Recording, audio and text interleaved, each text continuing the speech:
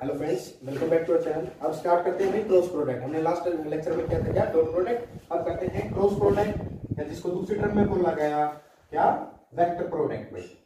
Cross product या दूसरी term में बोला गया वेक्टर प्रोडक्ट। अभी क्या बताता है भाई, क्रॉस प्रोडक्ट का मतलब आप सभी को पता है कि cross product means that means कि क्रॉस मल्टीप्लाई करते हैं, वो क्या होता है, क्रॉस प्रोडक्ट। अब इसमें क्या बताया, क्रॉस प्रोडक्ट ने ये स्टेट किया कि दो वेक्टर हैं कोई भी आपके पास ए और बी, और उसके जो उसका जो इक्वल आएगा वो होता है सी वेक्टर के बराबर। तो उसने क्या बताया कि उनका जो मैग्नीट्यूड होता है ना, जो मैग्नीट्यूड होता है तीन वेक्टर का, तो दो वेक्टर होते हैं ए और बी, जो दो वेक्टर होते हैं उनका magnitude is always equal to the जो सी मैग्नीट्यूड बताया उसके बराबर with an smaller angle of sine angle. किसके बराबर, साइन एंगल के बराबर। कहने का मतलब मैं आपके पास स्टेटमेंट में लिखूं कि ए क्रॉस बी, अगर मैं ये लिखता हूं कि दो वेक्टर है, is equal to C vector के बराबर होगा। बट अगर यही चीज ये सी वेक्टर क्या है, अब सी वेक्टर को अगर मैं लिखूं तो ए इंटू में A cross B vector is equal to में A B sine theta into में सी वेक्टर, कि मेरे पास जो है वो ए और जो बी आए वो क्या है, A B sine theta into में सी वेक्टर। ये आपके पास क्या है, क्रॉस प्रोडक्ट। और क्रॉस प्रोडक्ट में भाई साइन एंगल को यूज करता हूं, ठीक है। ये आपके पास है स्टेटमेंट, क्लियर है। Where C is the unit vector, वो क्या है भाई, C is the unit vector. अब आपके पास ये पूछे कि डायरेक्शन कैसे पता लगाओगे, कि ये डायरेक्शन कैसे पता लगाएगा। तो डायरेक्शन अगर आपको निकालनी है तो क्या बताया भाई, डायरेक्शन के लिए बताया आपके पास दो रूल बताए। फर्स्ट एक तो बताया राइट हैंड स्क्रू रूल। क्या बताया, right hand screw rule. And second one बताया that is right hand thumb rule. Right hand thumb rule. अब राइट हैंड स्क्रू रूल को अगर मैं डिस्क्राइब करूं आपके पास राइट हैंड स्क्रू रूल को, तो स्क्रू जैसे आप मैं पेज की बात करूं, मैं क्या करता हूं, पेज की बात अगर उसको इनसाइड की तरफ लेके जाता हूं, मतलब कहने का मतलब अगर मैं ये बताता हूं कि आपके पास दो वेक्टर लिए मैंने कोई भी, ये दो वेक्टर हैं A vector B vector, with an smaller angle अगर आपके पास ये इसका मूवमेंट है, कहने का मतलब आप उसको क्या कर रहे हैं, आप उस पेज को ओपन कर रहे हैं। तो अगर आपके पास पेज था वो ओपन कर रहे हैं, ये आपके पास पेज का डाउनवर्ड हिस्सा है, ये मान लिया सी वेक्टर के बराबर, ठीक है।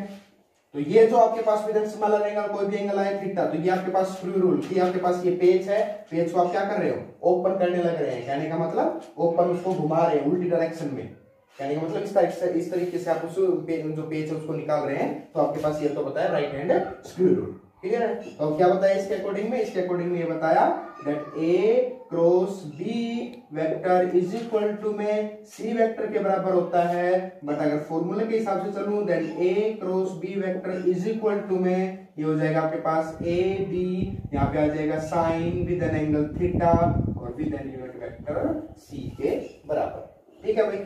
अगर मैं बताऊं अब राइट हैंड थंब रूल के बराबर, राइट हैंड थंब रूल जैसे आपने पढ़ा है 10th क्लास में, right hand thumb rule it means ये आपके पास जो ये तो बताता है क्या, ये आपके पास क्या है, एंटी क्लॉकवाइज डायरेक्शन। अगर एंटी क्लॉकवाइज डायरेक्शन में कोई भी वो घूम रहा है, कहने का मतलब कि अगर मैं आपके पास राइट हैंड स्क्रू रूल को बताऊं कि आपके पास ये थंब है, ये है राइट हैंड थंब रूल। अब ये अगर एंगल की डायरेक्शन क्या है, इस डायरेक्शन में, एंगल क्या है, ये डायरेक्शन में। तो आपके पास सी वेक्टर जो है, अब दो वेक्टर में मान रहा हूं ए और बी, कहने का मतलब अगर मैं यहां से सेम स्टेटमेंट बताऊं कि ए और बी, अब आपके पास ये जो एंगल है थीटा, ये जो मूवमेंट, अब देखिए यहां से ये आपके पास है कोई भी सी, ठीक है।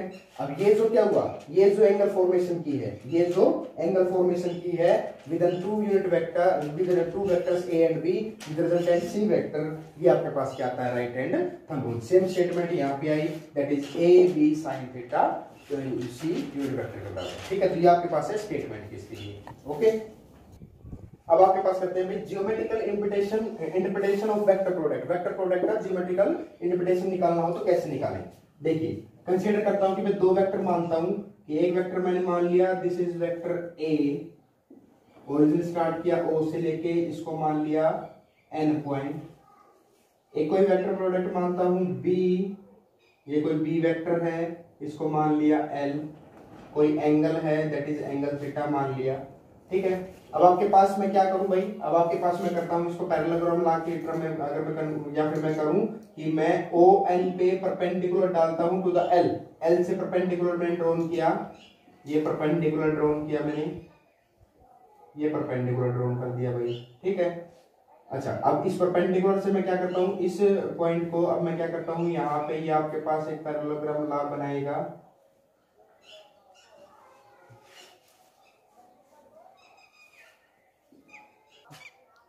ये आपके पास कोई भी मैंने क्या बनाया, डायग्राम बनाया, ये LOLN, इसको मैंने नाम डाल दिया N।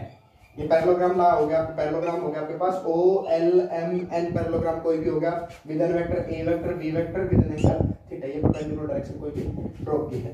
अब अगर इसको मान लो, इस पॉइंट को मैंने नाम दे दिया भाई B, क्या पॉइंट का नाम दे दिया B।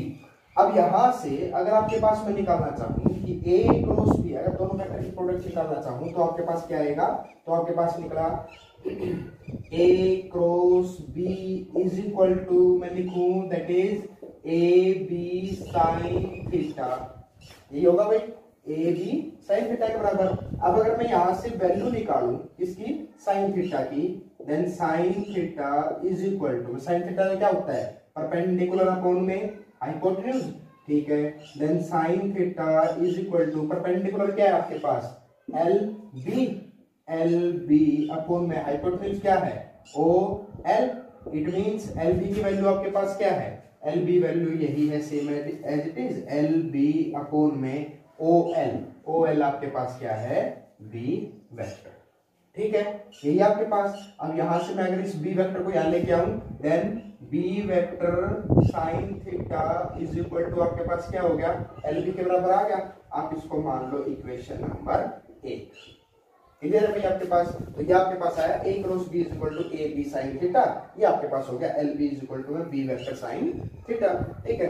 अब अगर मैं यहां से देखूं कि B वेक्टर sin थीटा, ये आपके पास क्या है कि B sin थीटा, अगर मैं यहां से ये स्टेटमेंट, ये B वेक्टर है, इसको B लेके चलूं कि B sin थीटा, ये आपके पास वैल्यू क्या है LB, तो यहां इसके अकॉर्डिंग में A cross B is equal to में A वेक्टर, ये है A वेक्टर, ये है B वेक्टर, ये भी आपके पास B वेक्टर था, तो A वेक्टर की वैल्यू तो क्या है आपके पास ON, तो A वेक्टर की वैल्यू है ON multiply B sin theta, B sin theta vector को क्या लिख सकता हूं, अभी क्या लिखा है LB, ये आपके पास आ गया LB। अब A क्रॉस B आपके पास आ गया ON क्रॉस में LB, ON क्रॉस में LB, ये आ गया आपके पास। बट ये क्या होता है, this is the area of parallelogram, ये क्या है आपके पास एरिया ऑफ पैरेललोग्राम, ये किसका एरिया है, एरिया ऑफ पैरेललोग्राम का है, ठीक है। तो A क्रॉस B आपके पास बचा ON इंटू में LB।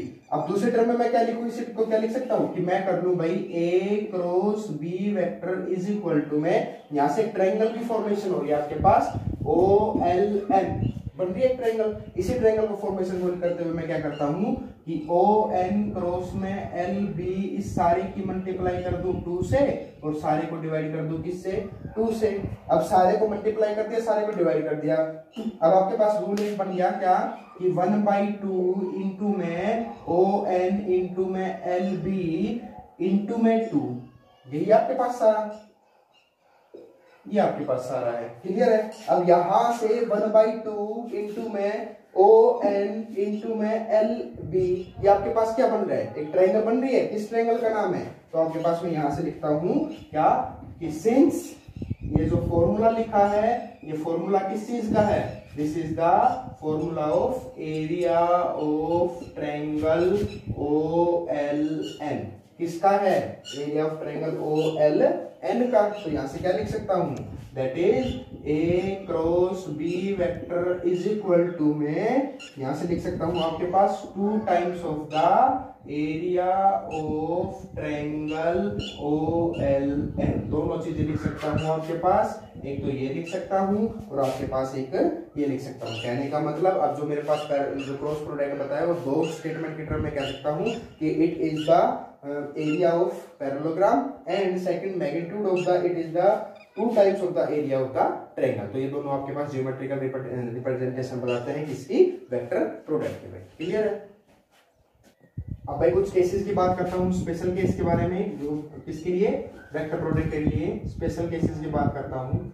फर्स्ट है आपके पास कि अगर मैं क्या कर दूं, इनको पैरेलल कर दूं, क्या कर दूं, पैरेलल कर दूं दो वेक्टर्स को, या फिर एंटी पैरेलल कर दूं, पैरेलल कर दूं या फिर एंटी पैरेलल कर देता हूं। कहने का मतलब या तो इस डायरेक्शन में ले लिए दोनों वेक्टर, ए वेक्टर और बी वेक्टर, या फिर क्या कर दूं, एक वेक्टर ए हो गया और एक वेक्टर बी हो गया, दोनों को क्या कर दूं, या तो मेरे पास अगर एंगल की बात करता हूं तो एंगल क्या है आपके पास, थीटा इज इक्वल टू में 0, यहां से भी थीटा इज इक्वल टू में 0, सॉरी यहां से थीटा इज इक्वल टू कितना आ जाएगा 180, क्योंकि एंटी पैरेलल में ये भी तो कर सकता हूं कि ए वेक्टर और यहां से इसी डायरेक्शन से बी वेक्टर, दोनों कर सकता हूं। तो आपके पास दो आगे, एक थीटा इज इक्वल टू 0 और एक थीटा की वैल्यू 180। तो अब आपके पास क्रॉस प्रोडक्ट में क्या बताया कि A cross B vector is equal to में ए बी साइन थीटा, यही बताया आपके पास। अब अगर मेरे पास साइन की वैल्यू, थीटा की वैल्यू 0 है, अगर मेरे पास पैरेलल है तो मेरे पास बचा ए बी साइन 0।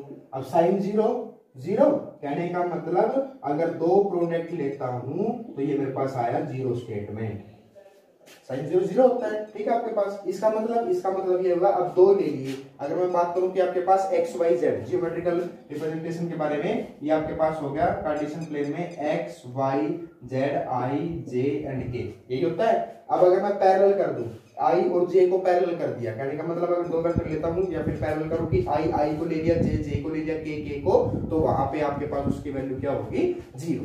कहने का मतलब I इंटू में I इज इक्वल टू में 0, J इंटू में J is equal to 0, K into में K इज इक्वल टू 0, ठीक है। या फिर अगर मैं बात करूं एंटी पैरेलल का मतलब क्या हुआ, अब साइन थीटा की वैल्यू क्या है आपके पास 180 होते ही साइन तो मेरे पास वही होता है, साइन का चेंज हो जाता है क्योंकि 5 डिग्री पे एंगल चेंज होते ही साइन 0 तो 180 पे भी 0, तो आपके पास ये सेम स्टेटमेंट 0 साफ सब कुछ 0 आ जाएगा, ठीक है। सेकंड अगर केस की मैं बात करूं कि आपके पास क्या हो, परपेंडिकुलर डायरेक्शन में हो, किस डायरेक्शन में हो, परपेंडिकुलर डायरेक्शन की अगर मैं बात करूं फॉर एग्जांपल, जैसे ये हो आपके पास, ये x और y ले लिया, ठीक है, ये I और J हो गया, या फिर दूसरी स्टेटमेंट बन सकती है I और K हो जाए, या फिर तीसरी J और K हो जाए, ठीक है। आपके पास तीनों स्टेटमेंट में परपेंडिकुलर डायरेक्शन होती है, एंगल कितने का बन जाएगा 90 डिग्री का, then theta is equal to में 90 डिग्री, यही रहेगा। अब यहां से आपके पास क्या बना कि A cross B vector is equal to में ए बी साइन थीटा, यह है आपके पास ए बी साइन 90। अब साइन 90 क्या होता है 1, तो ये आपके पास आ गया ए बी के बराबर। कहने का मतलब ये हुआ कि आपके पास A क्रॉस B है वो ए बी के बराबर, कहने का मतलब जो आपके पास थर्ड वेक्टर बनेगा C वेक्टर के बराबर। इसका मतलब ये हुआ दैट I क्रॉस J कर देता हूं, A क्रॉस J कर देता हूं, इट मींस आपके पास क्या आएगा, इट मींस आपके पास थर्ड वेक्टर के बराबर आता है, जो कि क्योंकि मेरे पास फुल फॉर्मूला क्या होता है भाई, A क्रॉस B वेक्टर अगर लिखता हूं A B sine theta C unit vector, C 90 तो क्या हो गया आपके पास 0, तो मतलब 1 हो गया, तो 1 सब कुछ ये सारा 1 हो गया यूनिट वेक्टर, तो सिर्फ C वेक्टर क्या लोग बचेगा। तो अब अगर मैं कर दूं कि I और J, ये आपके पास क्या हो गया Z हो गया, I और J को लेता हूं तो आपके पास थर्ड वेक्टर क्या बचा C का, तो ये आपके पास C किसके वेक्टर के बराबर है, K वेक्टर के बराबर। मतलब I J की क्रॉस मल्टीप्लाई करूंगा तो K के बराबर, I J होगा, उसके बाद अगर मैं करता हूं J K के बराबर, तो आपके पास क्या हो जाएगा, J और K का करूंगा तो I वेक्टर हो जाएगा, ठीक है, क्रॉस उल्टा चलेगा। या फिर आपके पास K हो गया, अब आपके पास क्या हो जाए K और I वेक्टर हो जाए, तो आपके पास किसके बराबर हो जाएगा J वेक्टर के बराबर। ये आपके पास ऐसी क्वांटिटी है। या फिर इसका रिवर्स कर दूं, क्या कर दूं भाई, इसका एंटी रिवर्स कर दूं, इसका क्या कर दूं रिवर्सिंग। अगर रिवर्स कर देता हूं तो आपके पास क्या बनेगा, तो आपके पास स्टेटमेंट कैसे बनेगी, अगर मैंने कर दिया कि J क्रॉस I कर दिया तो आपके पास चेंज हो जाएगा, जो कि आपके पास अब ये डायरेक्शन इस डायरेक्शन में आ जाएगी, यानी कि मतलब अब ये इस डायरेक्शन में हो जाएगा, तो ये इधर इसका अपोजिट डायरेक्शन होते ही आपके पास क्या आ जाएगा माइनस का। अगर आपने कर दिया K क्रॉस J वेक्टर तो आपके पास माइनस का I, और अगर आपने कर दिया I cross K is equal to, तो आपके पास हो जाएगा माइनस का J वेक्टर। तो ये आपके पास स्पेशल केसेस आते हैं for the cross product if they are in the parallel और एंटी पैरेलल और if they are in the perpendicular direction. तो ये आपके पास क्लियर है। इसके बाद आगे करते हैं आपके पास इसकी प्रॉपर्टीज, क्या करते हैं प्रॉपर्टीज। तो आपके पास ये हो गया स्पेशल केसेस के बारे में। अब हम बात करते हैं किसकी प्रॉपर्टीज। तो प्रॉपर्टीज के लिए हम नेक्स्ट पार्ट रिज्यूम करेंगे, तो आपके नेक्स्ट पार्ट में रिज्यूम इसको अभी करेंगे सेकंड प्रॉपर्टीज। आप इसको देखते रहिए, अगर कोई पॉइंट समझ में नहीं आता है तो हमें कमेंट करें in the comment section, otherwise आप इसको देखते रहिए, अगर कोई फिर भी कोई प्रॉब्लम आती है then you can comment us. Okay.